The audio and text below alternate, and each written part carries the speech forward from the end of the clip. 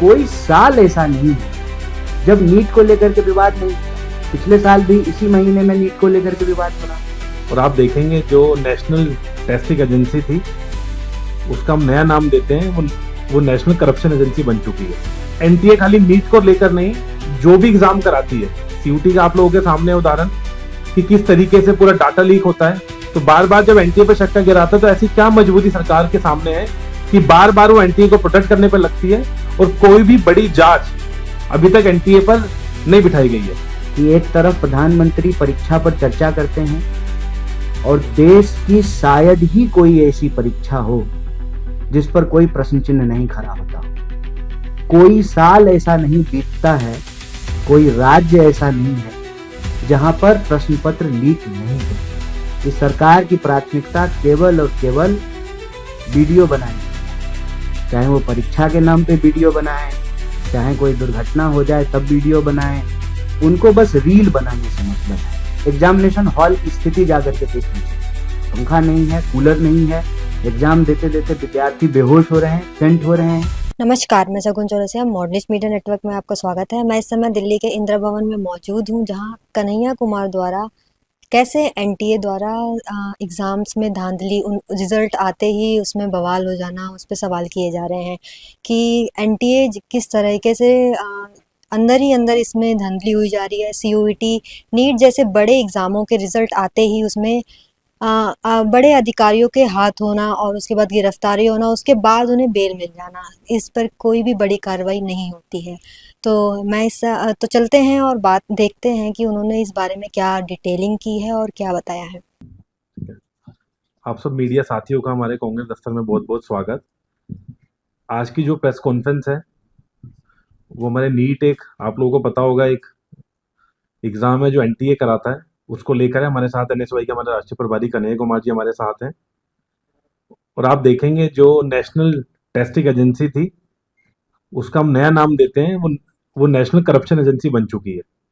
बार बार जब नीट का एग्जाम होता है तो नई नई चीजें निकल कर आती हैं। आपने देखा होगा अभी सीबीआई ने एक नई एफआईआर करी, महाराष्ट्र के अंदर कुछ गिरफ्तारियां हुई।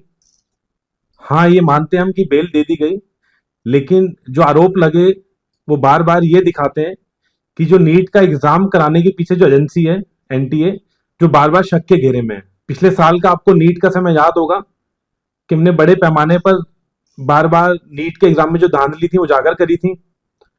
और एनटीए खाली नीट को लेकर नहीं, जो भी एग्जाम कराती है, सीयूटी का आप लोगों के सामने उदाहरण कि किस तरीके से पूरा डाटा लीक होता है।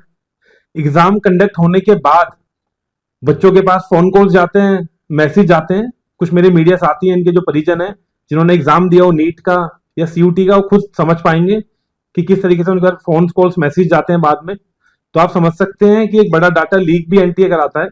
और जो ये एफआईआर हुई आप उसमें देखेंगे, उसमें ओएमआर शीट की बात हुई।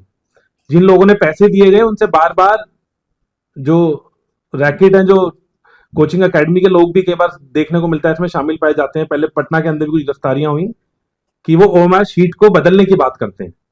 तो सोचिए, जब ओएमआर शीट की सारी डिटेल उन माफियाओं के पास है जो पेपर लीक करवा रहे हैं, और नीट जैसे एग्जाम, तो आप सोचेंगे, मैं बात बार बार बोलता हूं, नीट कोई नॉर्मल एग्जाम नहीं है। नीट के एग्जाम के बाद देश के डॉक्टर बनते हैं, देश की जो हमारी हेल्थ इंफ्रास्ट्रक्चर है उसकी बैकबोन है।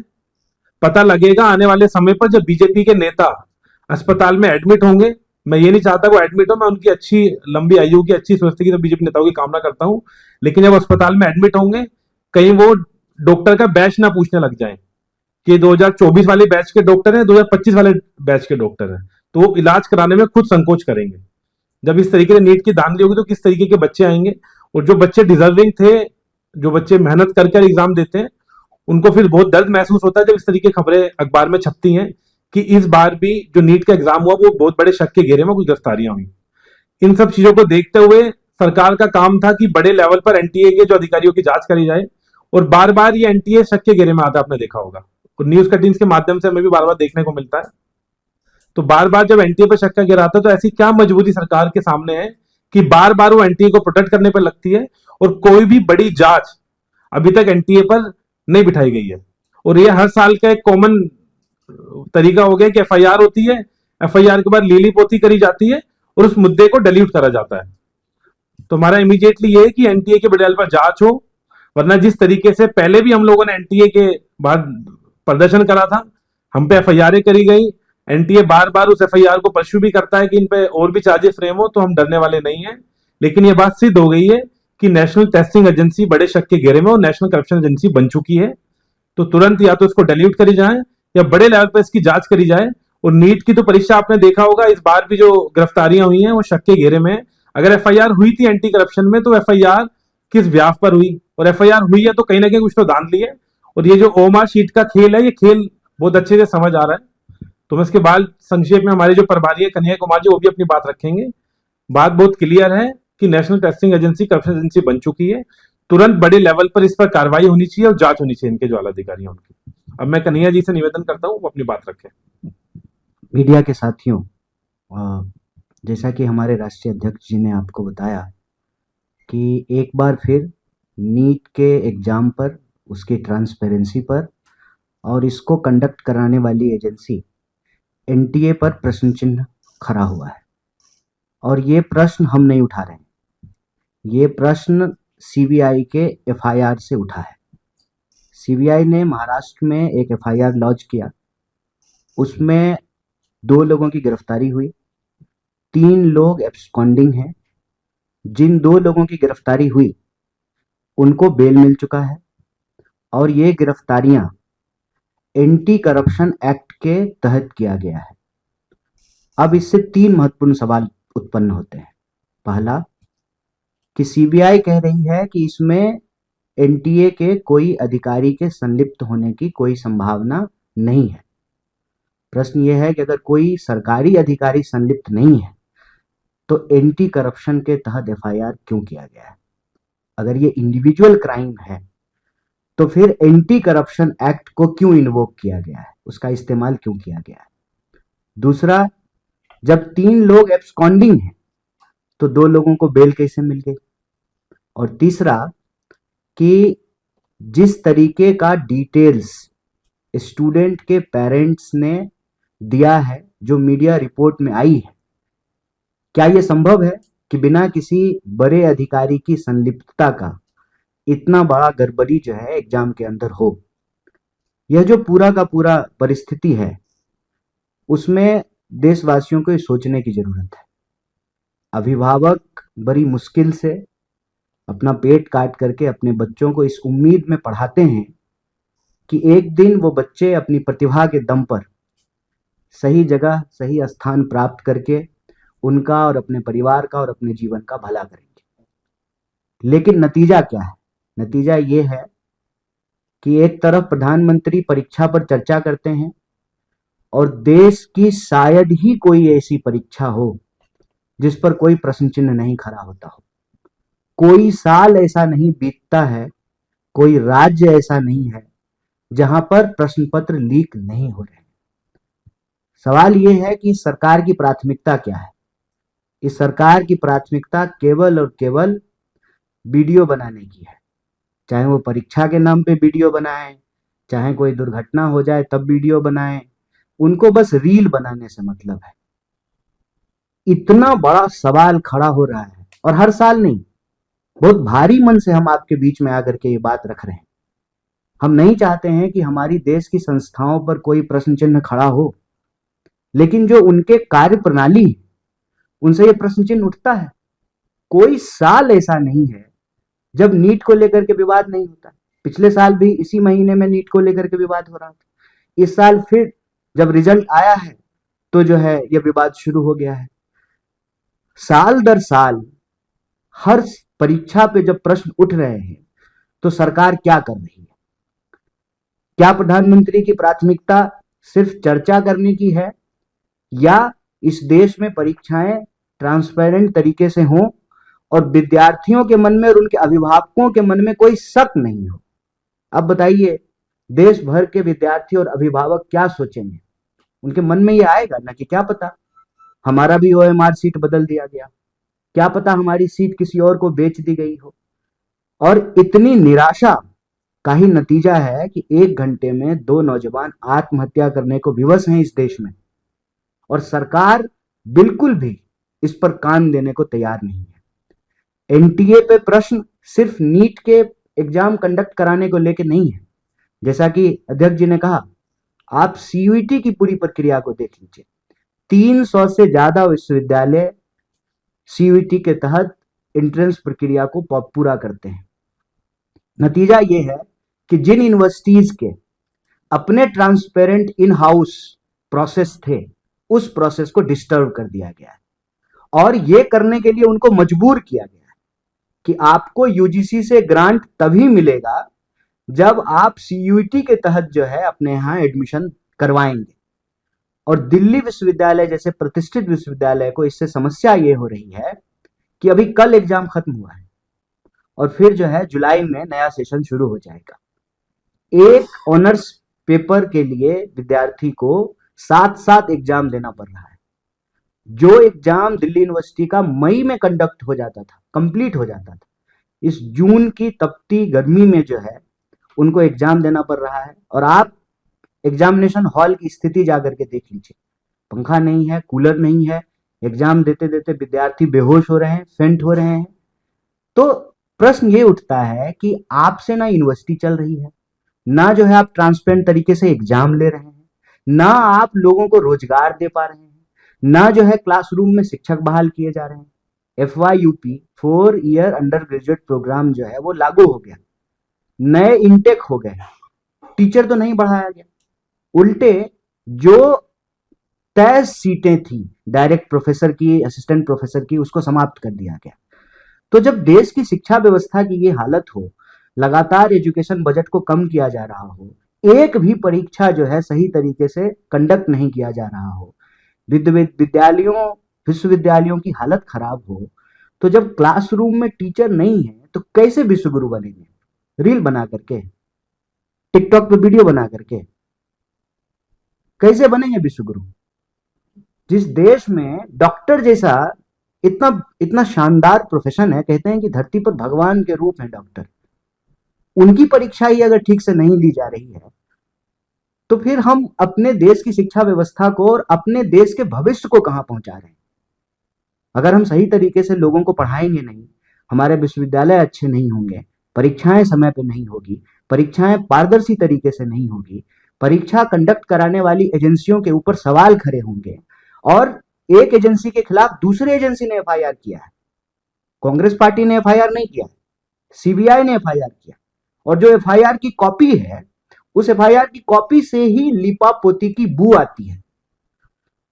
आप एंटी करप्शन एक्ट के तहत जो है आप FIR कर रहे हैं, 3 लोग एब्सकॉन्डिंग हैं, तब जो है 2 लोग अरेस्ट किए गए, उनको जो है बेल मिल जाता है, और फिर क्लेरिफिकेशन आता है CBI का कि इसमें एनटीए का कोई अधिकारी इन्वॉल्व नहीं है। एनटीए का कोई अधिकारी इन्वॉल्व नहीं है तो वो जो करप्शन करने वाले लोग हैं, क्या उनको सपना आया था OMR सीट का? कैसे जो है उनको ये इंपॉर्टेंट इंफॉर्मेशन मिलती है? सीयूटी का एग्जाम होता है, सारा डेटा जो है स्टूडेंट्स जो उसमें अपियर हुए हैं वो प्राइवेट कॉलेजेस के पास है। एक बार एग्जाम कंडक्ट हो जाएगा, रिजल्ट आ जाएगा, सबके घर पे जो है, सबके अभिभावकों के घर पे फोन आने शुरू होते हैं कि आ जाइए आप हमारे यहाँ एडमिशन ले लीजिए। जानबूझ करके जो पब्लिक फंडेड यूनिवर्सिटीज हैं उसके एडमिशन की प्रक्रिया को लेट कर दिया जाता है कि पहले प्राइवेट कॉलेज जो हैं उनके सीटें भर जाएं, फिर जो है पब्लिक फंडेड इंस्टीट्यूट में जो है एडमिशन प्रक्रिया शुरू होगी। तो ये एक बहुत बड़ा सवाल है। शिक्षा हमारी प्राथमिकता है और किसी भी देश के लिए शिक्षा प्राथमिकता होनी चाहिए। बिना शिक्षा का कोई देश आगे नहीं बढ़ सकता है। बिना क्लासरूम में टीचर के कोई देश विश्वगुरु नहीं बन सकता है। बिना अच्छे डॉक्टरों के हमारी हेल्थ व्यवस्था जो है वो ठीक नहीं हो सकती है। ये सारे गंभीर विषय हैं जिसको लेकर के हम आज ये प्रेस वार्ता कर रहे हैं, और मुझे पूरी उम्मीद है अपने देश की मीडिया से, आप लोकतंत्र के प्रहरी हैं, आप इस गंभीर विषय को जरूर उठाएंगे और जो प्रश्न चिन्ह CBI के FIR से पैदा हुआ है वो आप हमारी बात को सरकार तक लेकर जाएंगे। बहुत बहुत धन्यवाद। आपने प्रेस कॉन्फ्रेंस की है ऐसे मसले को लेकर, जो पेपर लीक का मसला हो, चाहे तमाम हो, चाहे बिहार का मसला हो, चाहे कहीं और का, लगता नहीं कि सड़क पर उतरने की जरूरत है ऐसे मुद्दों को लेकर? क्योंकि अब बहुत दिन हो गया, एक नहीं कई एक मामले आ गए, अब सिर्फ मुद्दा उठाने से काम नहीं बन रहा, लगातार लीकेज हो ही रहा है। आप कह रहे हैं CBI उनकी एजेंसी, वो भी लिपापोती करिए, तो है क्या ऑप्शन आपके पास, क्या है? बिल्कुल ठीक बात है। सड़क पे उतरने की ज़रूरत है और ये ज़रूरत महसूस करके हम सड़क पे उतर भी रहे हैं। पिछली बार जब नीट की परीक्षा में धांधली हुई, अरेस्टिंग हुई, लीक का मामला आया, तो एनएसयूआई जो है पूरे देश में इस मामले को उठाई और जो है हमारे जो कार्यकर्ता हैं, नेता हैं, राष्ट्रीय अध्यक्ष पे भी जो है एफआईआर हुआ, तालाबंदी तक की गई जो है उनके ऑफिस पे। तो सड़क पे उतरने की ज़रूरत है।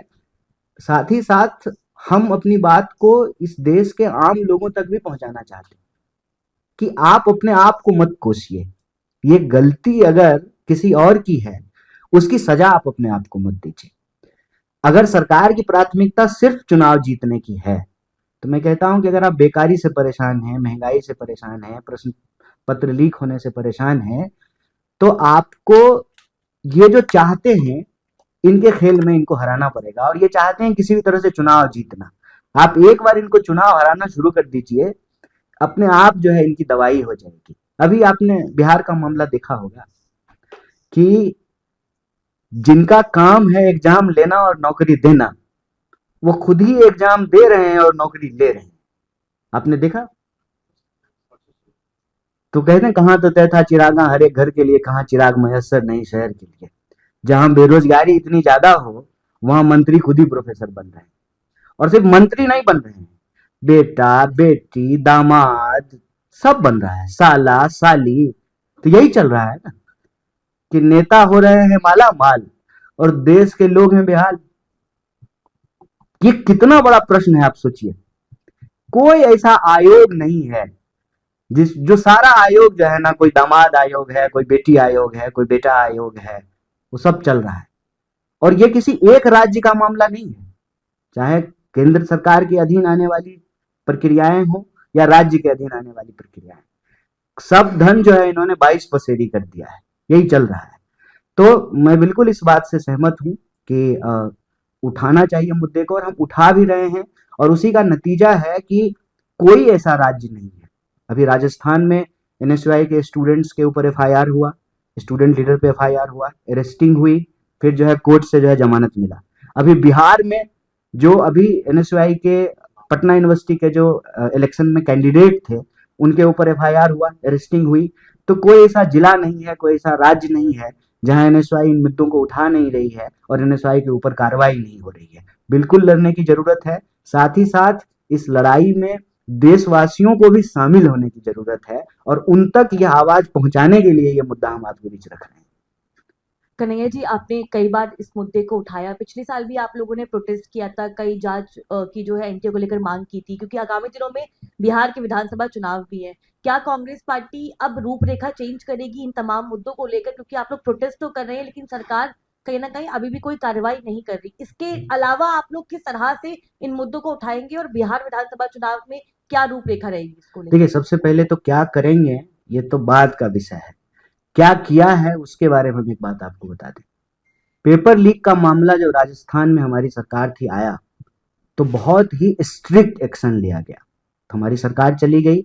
नहीं तो प्लान ये था कि पेपर लीक के खिलाफ एक सख्त कानून लाने की जरूरत है और जो इसमें इन्वॉल्व हैं उनको सजा दे करके एक उदाहरण पेश करने की जरूरत है, ताकि हमारी देश की जो संस्थाएं हैं और उसकी जो प्रक्रिया है वह जो संदेह के घेरे में आई है, तो आम लोगों की विश्वास की बहाली की जा सके। उसके बाद तेलंगाना में जब चुनाव हो रहे थे, तो पेपर लीक एक हमारा बहुत बड़ा मुद्दा था। नौकरी देना और नौकरी देने वाले एग्जाम को सही तरीके से कंडक्ट कराना, और आप देखिए कि वहां पे जो है कैलेंडर बकायदा जारी किया गया है और पेपर लीक करने वालों के खिलाफ जो है एक सख्त कानून बनाया गया है। तो जो किया है वो उससे ये प्रेसिडेंस सेट होता है कि हमारी सरकार जहां भी आएगी, इस देश में नौकरी देना, आम लोगों को अच्छी शिक्षा देना। आप यूनिवर्सिटी के और हॉस्टलों की हालत जाकर के देखिए। पिछली बार भी हमने ये विषय आपके सामने रखा था कि जो वेलफेयर हॉस्टल हैं, उस वेलफेयर हॉस्टल में जो पानी आता है वो धोने लायक नहीं है, पीने का तो छोड़ दीजिए। पानी की जो गुणवत्ता है, जिस कंडीशन में वहां स्टूडेंट रह रहे हैं, जिस तरीके का उनको खाना मिल रहा है, कहते हैं डिजिटल इंडिया। देख लीजिए जाकर के कि हॉस्टलों में कितना जो है वाईफाई दिया गया है, कितना जो है उनको फ्री इंटरनेट की व्यवस्था दी गई है। तो मतलब मंत्री जी लोग जो है रील बना रहे हैं 5G पे धनाधन, और विद्यार्थियों को पढ़ने के लिए, प्रश्न पत्र डाउनलोड करने के लिए, ऑनलाइन एग्जाम देने के लिए उनको कनेक्टिविटी नहीं मिल रही, उनको इंटरनेट नहीं मिल रहा है। तो ये विषय हमारी प्राथमिकता है और बिहार में भी हम लगातार हर हॉस्टल में जा रहे हैं। अभी सरकार जो है हमारे हॉस्टल प्रोग्राम के बाद जो नया सर्कुलर जारी की है बिहार में। तो बोलना जरूरी है, लड़ना जरूरी है, विपक्ष के नाते इन मुद्दों को उठाना जरूरी है, क्योंकि विपक्ष अगर सही तरीके से इन मुद्दों को नहीं उठाएगा तो सत्ता को तानाशाही में बदलने में ज्यादा वक्त नहीं लगेगा। कन्हैया, एक सवाल दूसरे विषय पर है लेकिन धांधली से ही जुड़ा हुआ है। विपक्षी पार्टियां लगातार चुनाव में वोटिंग को लेकर धांधली की बात कहती रही है कि मशीन के जरिए ये लोग जीत रहे हैं। बॉम्बे हाई कोर्ट ने एक याचिका को खारिज कर दी है जिसमें ये कहा गया था कि राज्य विधानसभा चुनाव को रद्द घोषित किया जाए क्योंकि कई बूथों पर फर्जी वोटिंग की गई, और ये कहकर मुंबई हाई कोर्ट ने इस याचिका को खारिज की है कि ऐसी कोई जानकारी या ऐसा कोई प्रूफ हमारे सामने नहीं आया है। देखिए, एक ना बड़ा मजेदार चीज हो रहा है इस देश में। चोट लगे तुझको तो दर्द मुझे होता है। प्रश्न पूछिए ईडी पे, जवाब बीजेपी से आएगी। प्रश्न पूछिए इलेक्शन कमीशन पे, जवाब बीजेपी से आएगी। आप इस देश की किसी संस्था की प्रक्रिया पे प्रश्न उठाइए, जवाब बीजेपी पे आएगी। इस प्रेस कॉन्फ्रेंस के बाद हमने प्रश्न उठाया है एनटीए पे, जवाब बीजेपी से आएगी। चोट लगे तुझको तो दर्द मुझे होता है। ये ना और ज्यादा जो है संदेह पैदा करता है। हम प्रश्न उठा रहे हैं इलेक्शन कमीशन से, जितना तेरा उतना मेरा। मैं इलेक्शन कमीशन किसी एक पार्टी का तो नहीं है, ये भाजपा का आईटी सेल तो नहीं है, उसके हेड जो है वो मालवीय तो नहीं है, तो ये क्यों परेशान हो रहे हैं? हम इलेक्शन कमीशन से सवाल पूछ रहे हैं, उसका जवाब इलेक्शन कमीशन दे। आप देखिए कि उस एक सवाल को छुपाने के लिए, कहते हैं कि एक झूठ को छुपाने के लिए 1000 झूठ बोले जाते हैं और 1000 प्रश्न खड़ा कर देते हैं। अगर हमारे सवाल में कोई तथ्य नहीं है, आज ही इलेक्शन कमीशन की टीम बिहार पहुंची है और कह रही है कि डोर टू डोर जाकर के जो है हम वोटर प्रक्रिया की जांच करेंगे। क्यों? आप तो बड़ा कॉन्फिडेंट थे, सब सही चल रहा है चकाचक, तो फिर ये करने की क्यों जरूरत है? मतलब हमारे प्रश्न में तथ्य है। कहीं से कोई चीज खारिज हो जाए तो उससे जो है सत्य थोड़ी नदारत हो जाएगा। जो लोग इस देश में रहते हैं, हम सब लोग धरती पे ही रह रहे हैं, मंगल पे तो है नहीं। तो क्या हो रहा है, हम टेबल के इस तरफ हैं, आप टेबल के उस तरफ हैं, इसका यह मतलब थोड़ी है कि हमको ज्यादा पता है और आपको नहीं पता है। आपको भी पता है, आप भी इस देश के नागरिक हैं, आप रह रहे हैं, आप देख रहे हैं कि क्या हो रहा है। ये प्रश्न खड़ा नहीं होता है कि अचानक से जो है 29,000 वोटर जो है मुख्यमंत्री के जो है कॉन्स्टिट्यूंसी में ऐड हो जाता है। अचानक से जो है एक बिल्डिंग में जो है 5500 वोटर ऐड हो जाता है, जहां वोट का मार्जिन जो है 1500 हो, 1100 हो, 1000 हो। आप हरियाणा का चुनाव उठा के देख लीजिए, आप महाराष्ट्र का चुनाव उठा करके देख लीजिए, पिछली बार 2020 का बिहार का चुनाव उठा करके देख लीजिए, 10-12 हजार के अंतर पे तो सरकार बन जा रही है। अगर आप इंडिया ब्लॉक के वोट को काउंट करेंगे, एनडीए के वोट को काउंट करेंगे, तो 10-12 हजार के वोट के फर्क पे तो सरकारें बन जा रही हैं। अभी जो है वक्फ पे वोटिंग हुई, इंडिया का वोट देख लीजिए और एनडीए का वोट देख लीजिए, 7 एमपी का अंतर है।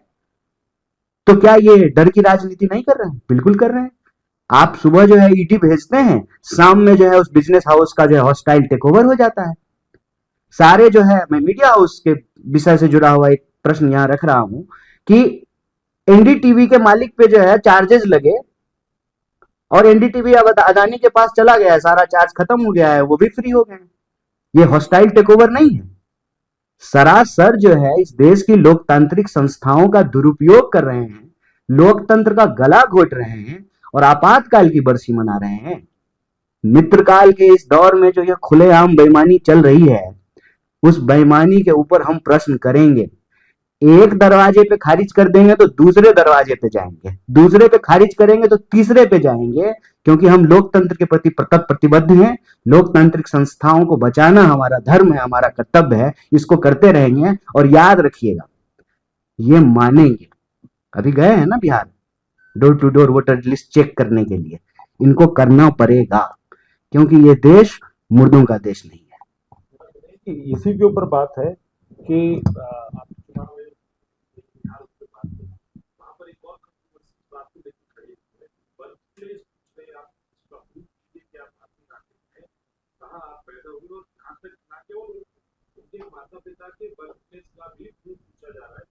को लेके सवाल खड़ा हो रहा है। दूसरा प्रशांत किशोर ने कहा कि राहुल गांधी दिल्ली में बैठ के जो देहाती के लिए बहुत सारी बातें कहते हैं और उसको मॉक करते हैं, लेकिन वहां जाते हैं और लेक्चर देते हैं, अपने लेक्चर की जरूरत किनके लेक्चर की? राहुल गांधी के लिए प्रशांत किशोर ने बात नहीं, वैसे तो बिहारियों को किसी के लेक्चर की जरूरत नहीं है। खुद जो है बुद्ध जो है वहां पे आकर के बुद्ध हुए हैं, खुद महात्मा गांधी वहां पहुंच करके गांधी हुए हैं, तो किसी के लेक्चर की जरूरत नहीं है। गरीब हैं, मूर्ख नहीं है, ज्ञान और मोक्ष की भूमि है बिहार, किसी के लेक्चर की जरूरत नहीं है। लेकिन यह जो टीका टिप्पणी है, मैं कहता हूं कि किसी पे भी टीका टिप्पणी करने से ज्यादा जरूरी है कि जिस जिम्मेवारी पे हम हैं उस जिम्मेवारी का सही तरीके से निर्वहन करें। वो एक नई पार्टी बनाए हैं, हमको शुभकामनाएं हैं उनकी, खूब मेहनत करें, खूब पसीना बहाएं, ठीक है, खूब जो है लोगों के बीच में जाएं, मुद्दे उठाएं, हम बस उनको शुभकामनाएं देंगे, कोई टीका टिप्पणी नहीं करेंगे। और राहुल गांधी जी पे टीका टिप्पणी करके बहुत लोगों का काम चलता है, ये कोई नई बात नहीं है।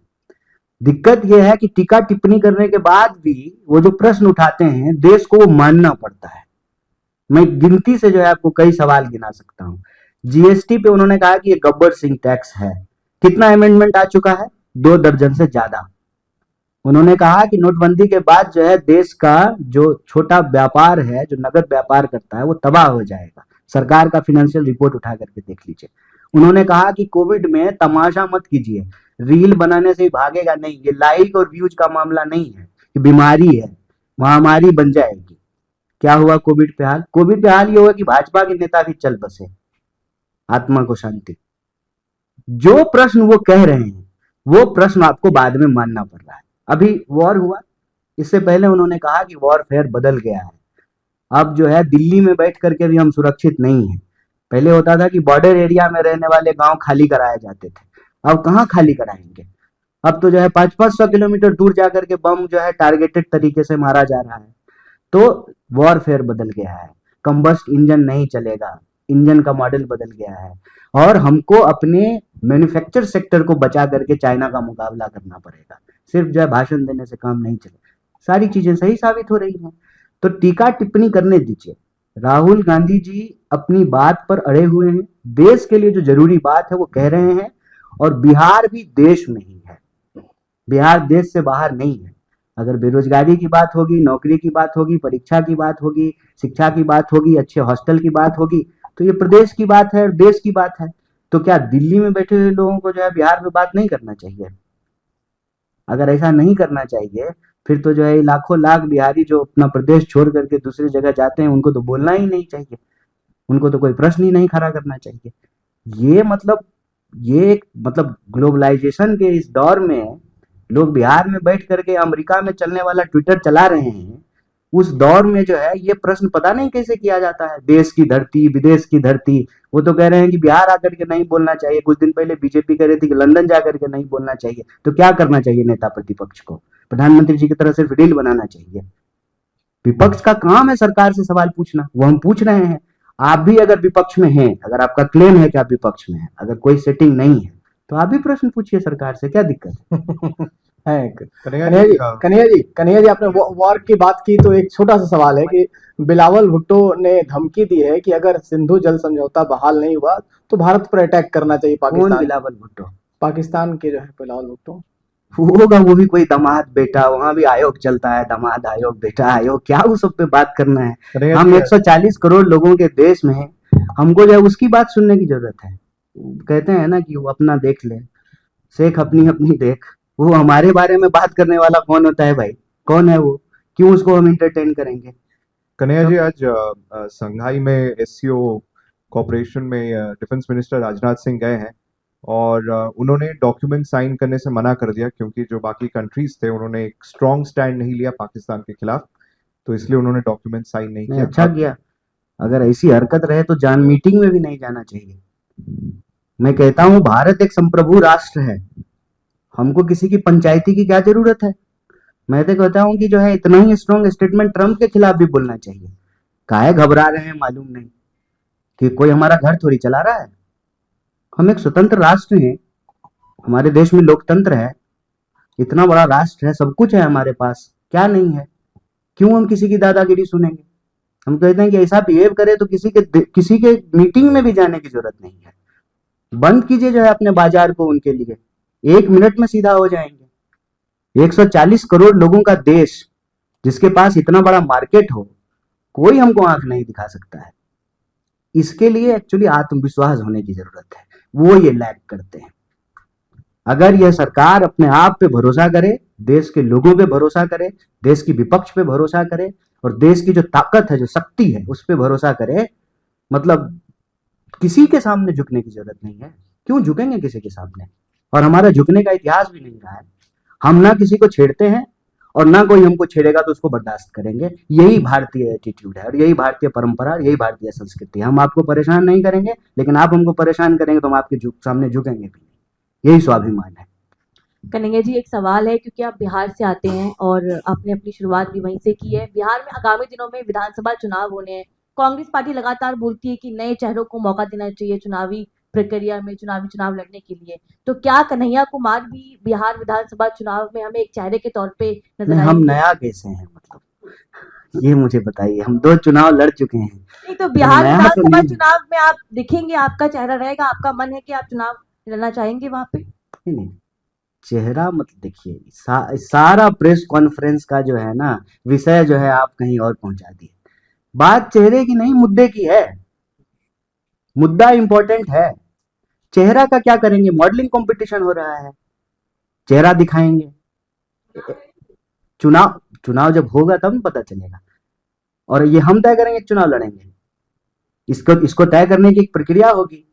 बिहार में टिकटों को लेकर के कांग्रेस पार्टी ने एक प्रक्रिया शुरू की है। हम इंटरनली जो है सारे जो संभावित प्रत्याशी हैं जो चुनाव लड़ना चाहते हैं उनको अप्लाई करने के लिए कहा है और ये ऑनलाइन अवेलेबल है। इवन आप भी अप्लाई कर सकते हैं। बाकी आपको मिलेगा कि नहीं मिलेगा वो बाद में प्रक्रिया से तय किया जाएगा। ट्रांसपेरेंट तरीके से लोग अप्लाई कर रहे हैं, टिकट मिलेगा, चुनाव लड़ेंगे। ऐसे ही बैठ करके कोई कैसे तय कर लेगा कि हम चुनाव लड़ेंगे? ये मतलब बीजेपी थोड़ी है कि अमित शाह से दोस्ती है तो टिकट मिल जाएगा कहीं से भी। ऐसा नहीं चलेगा। Kanaya ji, recently Amit Shah told that those who speak English in India would be shameful one day. What is your opinion on that? Actually, he is very shameful. He is shameful while he has listened the English speaking capability of his own son. Have you listened it? जैसा कि अंग्रेजी आपने सुनी है, पढ़ के भी नहीं पढ़ पा रहा था। तो वो देश को ना अपने बच्चे जैसा ही बनाना चाहते हैं, इसीलिए उनको शर्म आ रही है। मैं थ्रू आउट हिंदी मीडियम में पढ़ा हूं, मुझे बिल्कुल शर्म नहीं आती है। अंग्रेजी आज की जरूरत है। अंग्रेजी आज आपको ग्लोबल मार्केट में कैपेबल बनाता है, आपको नौकरियां मिलती है। अगर ऐसा नहीं है तो इस सब मंत्री का बच्चा जो है संस्कृत स्कूल में क्यों नहीं पढ़ता है? सब ऑक्सफोर्ड में पढ़ने जा रहा है, कैम्ब्रिज में पढ़ने जा रहा है, मैसाचुसेट्स में पढ़ने के लिए जा रहा है। ये देश को मूर्ख बना रहे हैं। ये मूर्ख इसलिए बना रहे हैं ना कि मूर्ख बना देंगे तभी तो मूर्खों के राजा रहेंगे, मूर्खों के सरदार। क्यों शर्म आएगी अंग्रेजी पढ़ने में और क्यों जो है अंग्रेजी नहीं पढ़ना चाहिए? तो इस बात के लिए स्वाभिमान करना चाहिए कि दंगाई होइए, अपराधी होइए, बलात्कारी होइए, मर्डर करके आइए, अब यही क्वालिटी होगा। ये जो है ये नॉलेज विरोधी क्यों है? क्योंकि खुद नॉलेज नहीं है। और मैं कहता हूं कि देश के लोग सावधान हो जाइए, ये जैसा आपको बना देंगे। पढ़ करके अंग्रेजी नहीं पढ़ रहा था, वो वीडियो अवेलेबल है, जाके देखिएगा। तो वो वीडियो वो भी देख लिए थे, पप्पा ने बेटा का वीडियो देख लिया, इसीलिए उनको शर्म आ रहा है, हम लोगों को नहीं आ रहा है। थ्रू आउट हिंदी पढ़े हैं, ठीक है ना, और हिंदी पे गर्व भी है, लेकिन किसी दूसरी भाषा का अपमान नहीं करते हैं। हमारी देश की अनुसूची में, संविधान की अनुसूची में 22 से ज्यादा भाषाएं हैं। हम चाहते हैं कुछ और भाषाएं उसमें शामिल हो जाए, क्यों नहीं पढ़ेंगे? कई सारी भाषाएं। और पता है ये तो वो अटल बिहारी वाजपेयी के भी खिलाफ है, अपनी पार्टी के नेता के खिलाफ। उनको कई भाषाएं आती थी, अटल बिहारी वाजपेयी को कई भाषाएं आती थी, और पहले ये क्वालिटी होता था नेता को। अरे जानते हो ये 7 भाषा जानते हैं, ये 8 भाषा जानते हैं। अब क्वालिटी क्या है? दंगा करा सकते हो, हिंदू मुसलमान करा सकते हो, चोरी बेईमानी आता है। ये देश को मूर्ख बना रहे हैं। बिल्कुल अंग्रेजी पढ़िए। मैं हिंदी मीडियम पढ़ करके आया हूं, मुझे पता है कि कितनी तकलीफ होती है, बहुत मेहनत करनी पड़ती है। आजकल जो साथ में लोग मोबाइल जैसे लेके घूमते हैं ना, हम लोग पॉकेट डिक्शनरी लेके घूमते थे, सामने से कोई अंग्रेजी बोलता था, कहते 1 मिनट रुको, पहले डिक्शनरी निकालते थे, फिर देखते थे, फिर आगे कॉन्वर्सेशन कंटिन्यू करते थे। बचपन से अंग्रेजी पढ़नी चाहिए, सबको अंग्रेजी पढ़नी चाहिए। और ये सब नेता अपने बच्चों को अंग्रेजी पढ़ाता है, कोई संस्कृत स्कूल नहीं भेजता है। इनकी चाल में नहीं फंसना है, हिंदी का सम्मान करना है, हिंदी हमारी भाषा है, उसका हमेशा सम्मान करेंगे, लेकिन दूसरी किसी भी भाषा का अपमान नहीं करेंगे। और आज की तारीख में अंग्रेजी पढ़ेंगे तो ग्लोबल मार्केट में कैपेबल रहेंगे। ये जॉब ओरिएंटेड भाषा है। मेरे ख्याल से हो गया। Thank you.